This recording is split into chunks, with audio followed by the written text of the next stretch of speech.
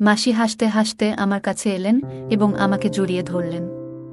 তাকে এতটা কাছে থেকে দেখে আমি খুব খুশি হয়েছিলাম, কারণ সেই জায়গায় আমাকে কেউ চিনত না। মাসির শৈশব আমার গ্রামের মধ্যেই কেটেছিল, কারণ তিনি আমার মায়ের কাছে পড়াশোনা করার জন্য এসেছিলেন। ছোটবেলা থেকেই মাসির প্রতি তার স্নেহ দেখতাম, যা আমাকে বরাবরই ভালো লাগত। মাসির এমন আচরণ আমাকে খুব স্বস্তি দিচ্ছিল, কিন্তু বুঝতে পারছিলাম না কেন আমি তার প্রতি আকৃষ্ট হচ্ছি। বারবার মনে হচ্ছিল মাসি যেন সবসময় আমার পাশে থাকেন এবং আমাকে জড়িয়ে ধরেন। সময়ের সাথে মনে হতে লাগলো যেন আমি কারো ভালোবাসায় পড়েছি। এরপর একদিন মাসিকে নিজের বাড়ি ফিরতে হলো একটি জরুরি কাজের জন্য। তিনি আমাকে সঙ্গেও নিয়ে গেলেন। তার বাড়িতে পৌঁছাতে রাত প্রায় ৮টা বেজে গিয়েছিল। বাড়িতে পৌঁছে মাসি বললেন, চলো কিছু খেয়ে তাড়াতাড়ি ঘুমিয়ে পড়ো, বাইরে প্রচণ্ড ঠান্ডা। আমি খাওয়ার জন্য না করে সরাসরি নিজের ঘরে চলে গেলাম। কিছুক্ষণ পর মাসি ঘরে এসে আমার বিছানায় একই কম্বলের নিচে বসে কথা বলতে শুরু করলেন। জীবনের নানা বিষয় নিয়ে তিনি আমাকে পরামর্শ দিচ্ছিলেন এবং তার স্নেহ মমতা প্রকাশ করছিলেন। তার প্রতিটি কথা আমার হৃদয়কে গভীরভাবে ছুঁয়ে যাচ্ছিল। তারপর হঠাৎ মাসি আমাকে, আমি একটি ছোট্ট গ্রামে থাকি। আজ আপনাদের সাথে আমার জীবনের একটি সত্য ঘটনা শেয়ার করতে চাই।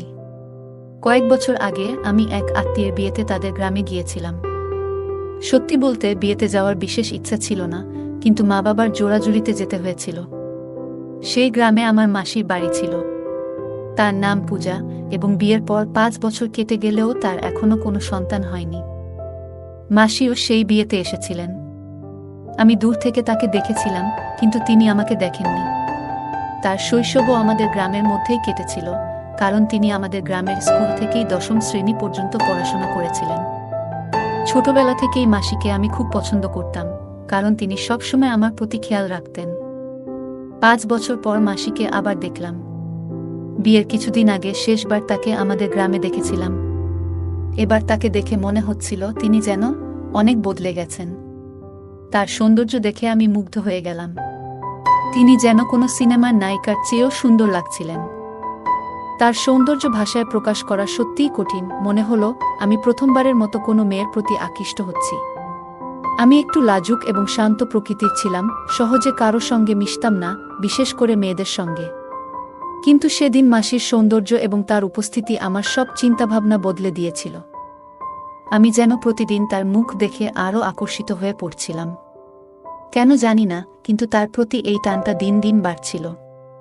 নিজের মনের উপর অনেক নিয়ন্ত্রণ আনার চেষ্টা করলাম, কিন্তু মন যেন আমার কথা শুনতেই চাচ্ছিল না। যেখানেই সে যেত, আমি লুকিয়ে তাকে দেখতাম। একদিন আমার মনে হলো, আমি যেন আর নিজের ইচ্ছাকে আটকাতে পারছি না। কয়েক ঘন্টার মধ্যেই আমি সাধারণ একজন মানুষ থেকে একজন পাগল প্রেমিকে রূপান্তরিত হয়ে গেলাম। সেই সময় জানুয়ারি মাস ছিল, শীতের তীব্রতা বেড়েই চলেছিল। রাতের বেলা ঠান্ডা যেন অসহ্য হয়ে উঠত। বিয়ের মৌসুম ছিল, কিন্তু থাকার তেমন কোনো বিশেষ ব্যবস্থা ছিল না। তখন আমার মাথায় একটাই চিন্তা ঘুরছিল, এই ঠান্ডায় রাতটা কিভাবে কাটাব। কিন্তু মনে হলো ঈশ্বর আমার কথা শুনলেন, আমার সমস্যার যেন সমাধান মিলল, কারণ সেই সময় মাসি হাসি মুখে আমার কাছে এসে আমাকে আলিঙ্গন করলেন। তাকে দেখে আমি অত্যন্ত খুশি হলাম, কারণ সেখানে আমার পরিচিত কেউ ছিল না। মাসির শৈশব আমাদের গ্রামেই কেটেছে এবং তিনি আমাদের গ্রামের স্কুল থেকেই পড়াশোনা করেছিলেন। মাসির সেই মুহূর্তের আলিঙ্গন যেন আমাকে এক অদ্ভুত প্রশান্তি এনে দিল। যা আশা করেছিলাম তা মুহূর্তেই পেয়ে গেলাম, তবে একটা জিনিস বুঝতে পারছিলাম না, কেন তার স্পর্শ আমাকে তার প্রতি আরও বেশি আকর্ষিত করছে। মনে হচ্ছিল মাসি যেন সবসময় আমার পাশে থাকেন। তার সঙ্গে সময় কাটাতে এক অন্যরকম আনন্দ অনুভব করছিলাম, যা আগে কখনো অনুভব করিনি। আমি যেন পুরোপুরি মোহিত হয়ে পড়েছিলাম। ঠিক তখন মাসি একটু দূরে সরে গিয়ে বললেন, কুনাল, তুমি কখন এলে? আমি উত্তরে বললাম, মাসি, আজই এসেছি। মাসি তখন বললেন, তোমাকে বেশ চিন্তিত লাগছে। কি হয়েছে? তখন আমি তাকে আমার রাতের ঘুমের অসুবিধার কথা বললাম। মাসি বললেন, এতে চিন্তার কিছু নেই। তুমি আমার বাড়ি চলো, সেখানে তুমি নিশ্চিন্তে ঘুমাতে পারবে। এ কথা শুনে আমি খুব খুশি হলাম এবং মাসির সঙ্গে তার বাড়ির দিকে রওনা দিলাম। রাতের আধার ছিল, আর রাস্তা ছিল সরু। মাসি বললেন, কুনাল, আমাকে তোমার হাত দাও। অন্ধকারে তুমি হয়তো পথ চিনতে পারবে না। তখন আমি তার হাত ধরার জন্য হাত বাড়ালাম, তার হাত ধরে এগিয়ে যাওয়ার মুহূর্তটি যেন আমার মনে এক নতুন অনুভূতি এনে দিল। তার নরম হাতে হাত রাখতেই মনে হলো যেন এক অদ্ভুত শক্তি আমার ভেতর জেগে উঠেছে। তার হাত ধরে হাঁটতে হাঁটতে আমার মনে এক অসাধারণ আনন্দ হচ্ছিল। আমরা ধীরে ধীরে হাত ধরে তার বাড়ির দিকে এগিয়ে চলছিলাম, পথে দেখতে পেলাম আরও কিছু লোক তাদের গ্রামে ফিরছিল। আমরা সামান্য দূর হেঁটে যাওয়ার পর দেখলাম ৫-৬ জন মহিলা নিজেদের মধ্যে কথা বলছে। তাদের কথা কানে আসতেই শুনতে পেলাম। একজন বলছে, শুনেছি তোমার মেয়ের কাল এনগেজমেন্ট, পূজাকে ডেকো না, তা না হলে কোনো অমঙ্গল হবে। অন্য একজন বলল, এমন শুভ মুহূর্তে তো এমন কারো ছায়াও পড়া উচিত নয়, যাদের ভাগ্যে শুভ কিছু হয়নি। রাজেশকে ছেড়ে অন্য একজনের সঙ্গে নতুন সংসার শুরু করা উচিত বলে তাদের মধ্যে আলোচনা চলছিল। রাতের অন্ধকারে তারা বুঝতেই পারল না আমরা তাদের পেছন পেছন হাঁটছিলাম। তাদের কথা শুনে মাসি আমার হাত শক্ত করে চেপে ধরলেন। মনে হচ্ছিল যেন তিনি অনেক কষ্ট সহ্য করছেন। আমি এই কথা শুনে খুব কষ্ট পেলাম, বুঝতে পারছিলাম কতটা বেদনায় তিনি দিন কাটাচ্ছেন। কিছুক্ষণ পর মাসি হঠাৎ কান্নায় ভেঙে পড়লেন। তাকে এতটা ভেঙে পড়তে দেখে আমিও বিচলিত হয়ে পড়লাম। আমি তাকে থামানোর জন্য বললাম, মাসি প্লিজ থামুন। তিনি থেমে গেলেন। আমি তার কাঁধে হাত রেখে বললাম, মাসি, এদের কথা শুনে মন খারাপ করবেন না। আপনি জানেন এতে আপনার কোনো দোষ নেই। আপনি খুব ভালো মানুষ। বিশ্বাস করুন, একদিন সব ঠিক হয়ে যাবে। আমার কথা শুনে মাসি কান্না করতে করতে আমাকে জড়িয়ে ধরলেন এবং বললেন, কুনাল, এটা নতুন কিছু নয়। আমার সাথে এটা সবসময় হয়।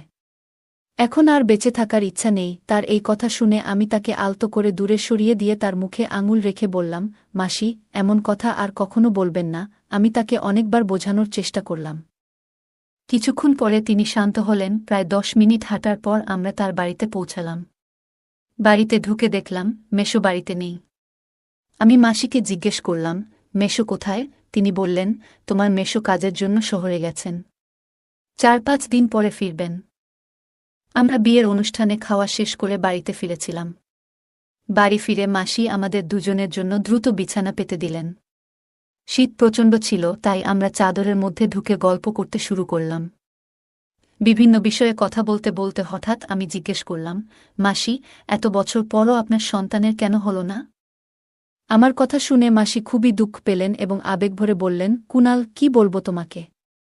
তোমার মেশোর মধ্যেই একটি সমস্যা রয়েছে। তিনি কখনোই এ বিষয়টি আমাকে বলেননি, কিন্তু একদিন আমি নিজেই জেনেছি। তোমার মেশো যেই ক্লিনিকে টেস্ট করিয়েছিলেন, সেখানে আমার এক বন্ধু কাজ করে। সেই আমাকে জানিয়েছে তোমার মেশো কখনো বাবা হতে পারবেন না। মাসি একটু থেমে আবার বললেন, আমি কখনো এ নিয়ে তার সঙ্গে কথা বলিনি। তবে একটা জিনিস দেখেছি, তোমার মেশো বিভিন্ন সাধুসন্তদের প্রতি খুবই বিশ্বাস রাখেন। তাদের কথায় তিনি অনেক টাকা খরচ করেছেন। কেউ বলেছে ৫ মাসের মধ্যে সুখবর আসবে, কেউ ৩ মাসের মধ্যে।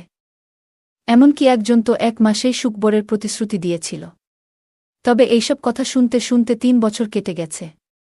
আমি জানি এসবের কোনো ফল হবে না। এই কথা বলার সময় মাসি কান্নায় ভেঙে পড়লেন।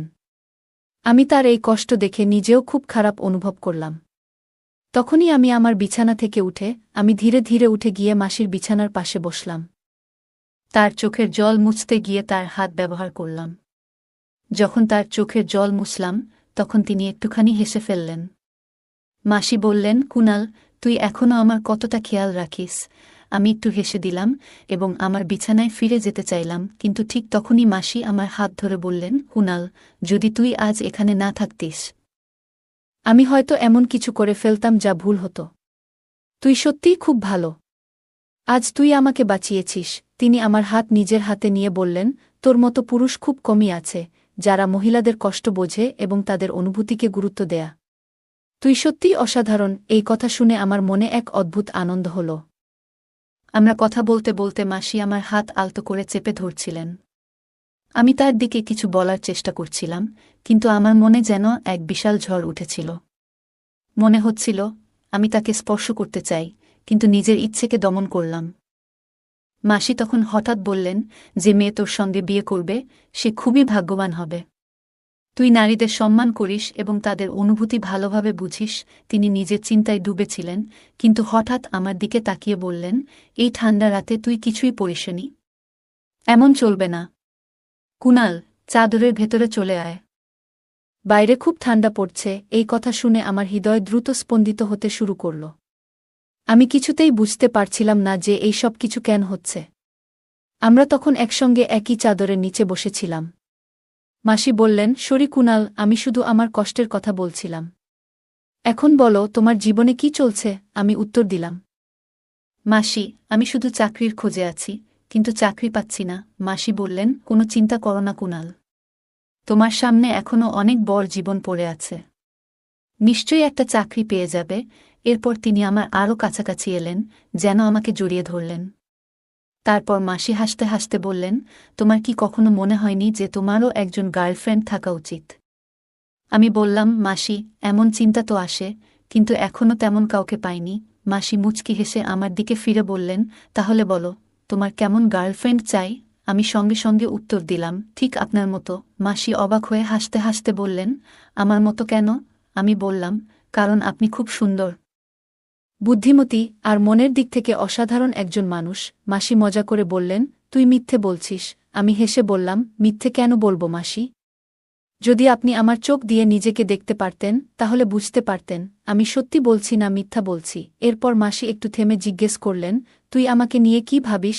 আমি শান্তভাবে উত্তর দিলাম, মাসি, আপনাকে আমার খুব ভালো লাগে। ধীরে ধীরে আমার মনে হচ্ছিল মাসিও হয়তো আমার প্রতি একটু আগ্রহ দেখাচ্ছেন।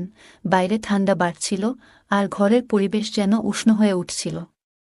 মাসি হেসে বললেন, কুনাল, তুই প্রথম ব্যক্তি যে আমার এত প্রশংসা করল। তার মুখে এমন উচ্ছ্বাস ছিল যেন আমার কথাগুলো তাকে অনেক খুশি করেছিল। আসলে সবারই নিজের প্রশংসা শুনতে ভালো লাগে, আর আমার মাসি প্রশংসারই যোগ্য ছিলেন। আমি মাসিকে একটা কথা বলতে চেয়েছিলাম, কিন্তু কথাগুলো আমার মুখে এসে আটকে গেল। বুঝতে পারছিলাম না কেন, কিন্তু একটা জিনিস স্পষ্ট ছিল, আমি চাইতাম মাসি সব সময় সুখী থাকুক এবং তার সব দুঃখ ভুলে থাকুক। অবশেষে সাহস করে বললাম, মাসি, আমার একটা কথা বলার আছে।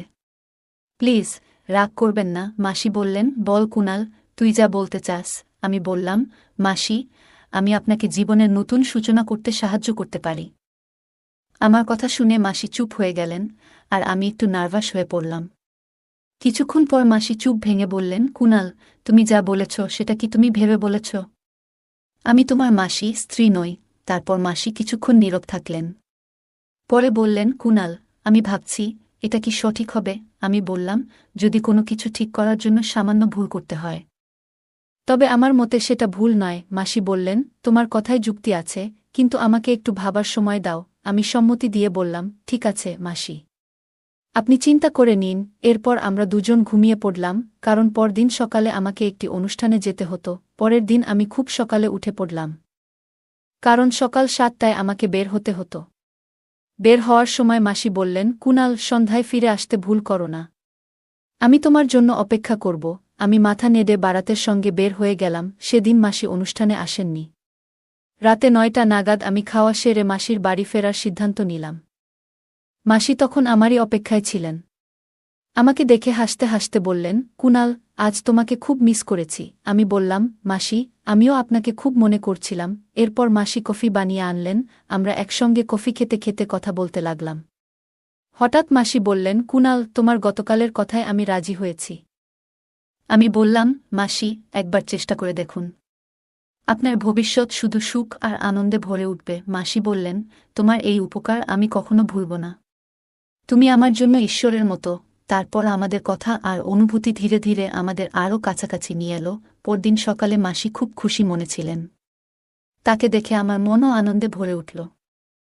মাসি আমাকে বললেন, কুনাল, তুমি আমার সমস্ত ইচ্ছা পূরণ করেছ।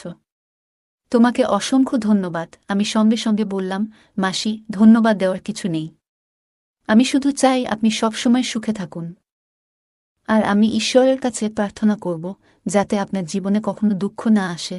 এইভাবে আমি মাসির বাড়িতে 3 দিন কাটালাম এবং তার মুখে হাসি ফোটানোর জন্য যথাসাধ্য চেষ্টা করলাম। যখন বাড়ি ফেরার সময় হলো, তখন মাসির চোখে জল ছিল। আমি তাকে জড়িয়ে ধরে বললাম, আবার দেখা হবে মাসি। এই বলে আমি বাড়ির উদ্দেশ্যে রওনা হলাম। প্রায় ৩ মাস পর মাসির ফোন এলো। ফোনে মাসি আমাকে জানালেন যে তিনি মা হতে চলেছেন। এই সুখবরটি পাওয়ার পর আমি আনন্দে আপ্লুত হয়ে উঠলাম এবং ঈশ্বরের প্রতি কৃতজ্ঞতা জানালাম। কিছু মাস পর আমার মাসি একটি ফুটফুটে ছেলের জন্ম দিলেন। আমার খুব ইচ্ছে ছিল আমি তাদের বাড়ি গিয়ে ছোট্ট ভাইটিকে দেখে আসি। কিন্তু তখনই আমার নতুন চাকরি শুরু হয়েছিল। ছুটি নেওয়া সম্ভব ছিল না, কারণ নতুন কাজে ছুটি নেওয়া মানে ঝুঁকি। সেই সময় স্মার্টফোনও ছিল না, যার কারণে আমি তার ছবি পর্যন্ত দেখতে পারিনি। প্রায় ১ বছর পর আমার বিয়েতে মাসির সঙ্গে দেখা হলো। সেই সময় প্রথমবার আমার ছোট ভাইকে দেখি। তাকে দেখে আমার চোখে জল চলে এসেছিল। আবেগে আমি ভেঙে পড়লেও নিজেকে সামলে নিলাম। মাসিও খুব খুশি ছিলেন। তাদের আনন্দ দেখে আমার মনে হলো জীবন যেন সফল হয়েছে। বন্ধুরা, এই ছিল আজকের ছোট্ট গল্প। গল্পটি কেমন লাগলো কমেন্ট করে জানান। যদি ভালো লেগে থাকে তাহলে অবশ্যই লাইক করুন এবং আপনার বন্ধুদের সঙ্গে শেয়ার করুন। এমন আরও মজার এবং আবেগঘন গল্পের জন্য আমাদের চ্যানেলটি সাবস্ক্রাইব করুন এবং বেল আইকনটি প্রেস করতে ভুলবেন না, যাতে নতুন গল্প মিস না করেন। ধন্যবাদ।